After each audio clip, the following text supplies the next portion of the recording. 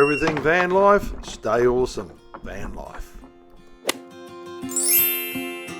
And yo, hasio kamsaramida to everyone that is going to watch this. This product is made in Korea.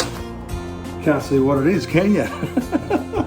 It's actually a visor for the van, and it comes from www.autoclover.com. There we go. But I got it off eBay, same deal. Wasn't that expensive actually. Oh, well, maybe for some people, but anyway, it's not cheap, but it takes 5 seconds to put it up. I'm going to show you a video on how to do it properly, and they even have the instructions on the back of the box. So bozos are like me and a lot of other guys that don't like to read the instructions, actually read them before you open the box, because you're curious. So good idea. Come saramida. Okay, let's go and see how I installed them. Now this isn't rocket science, just follow the simple steps. Unbox your 2 visors. It's a peel and stick, but first you have to prime the paintwork you're going to stick it to.